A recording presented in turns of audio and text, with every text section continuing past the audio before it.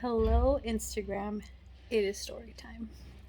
Sammy and I woo-hoo, just went for a walk, and I was talking to the Lord and was completely inspired to do something I've been wanting to do for a long time, which is tell a quick story about His faithfulness, about how He always provides, and the miracle of how we got to this beautiful new home that we're in.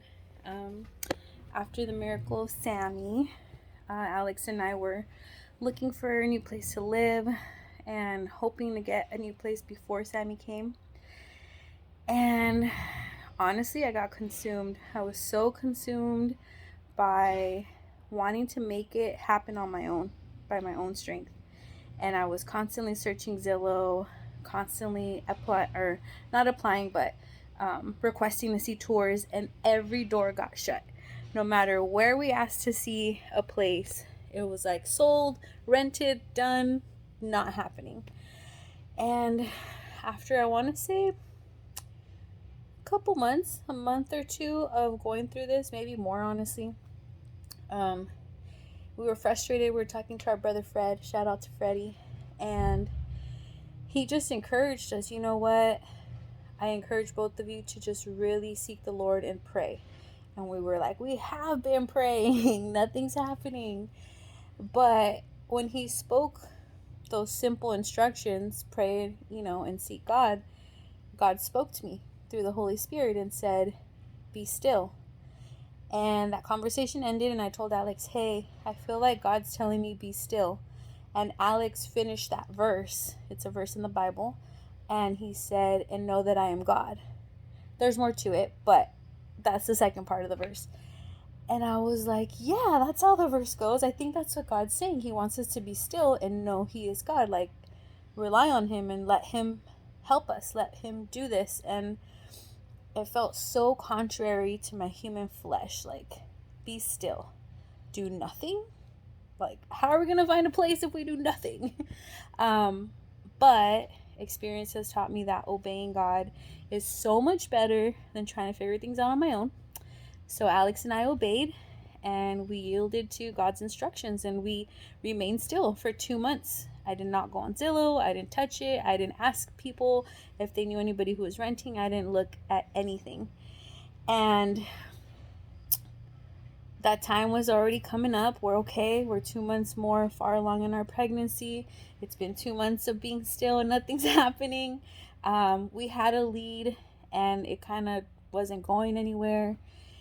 And Alex started to feel like, you know what, maybe we should start looking. We have been still, but maybe now we start looking again, because you're getting farther along in your pregnancy. We got to figure out what moves to make, basically. And I said, okay, let's not do anything today. I want to pray about it, and we'll talk tomorrow. Alex went to work the next day. I spent time with the Lord in the morning, and He reassured me through this book I was reading that He still wanted us to be still. The way that I got to that conclusion is by honestly reading about His character and being reminded that my eternity is set. If He took care of my sin and I am going to be with Him forever in heaven, then He can take care of my needs in this earthly world. He's going to find a place for us to live if this is temporary. And what's permanent and eternal, He's already taken care of.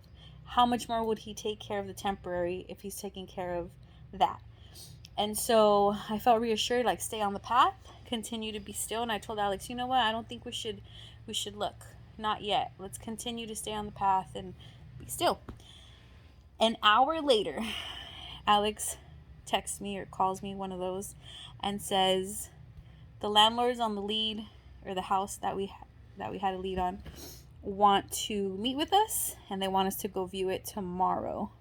So literally, like, an hour after choosing to continue to obey God, continue to be still even though it was hard, continue to trust Him, this lead came through, and lo and behold, those people that were the landlords of this place are not our landlords.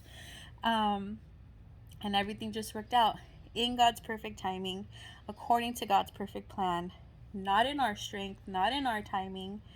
And it was just a huge lesson about God's faithfulness. He comes through for his kids, for his people. God provides. We often want to do things out of our own strength and energy to make things happen for ourselves, for our family, but ultimately he's our provider, and he is who he says he is.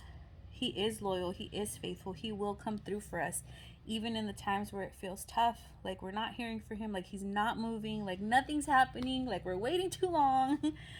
He comes through. And there have been other stories just like this that have happened after getting this place and moving in here, and that's a story for another time. But trust the Lord, obey the Lord.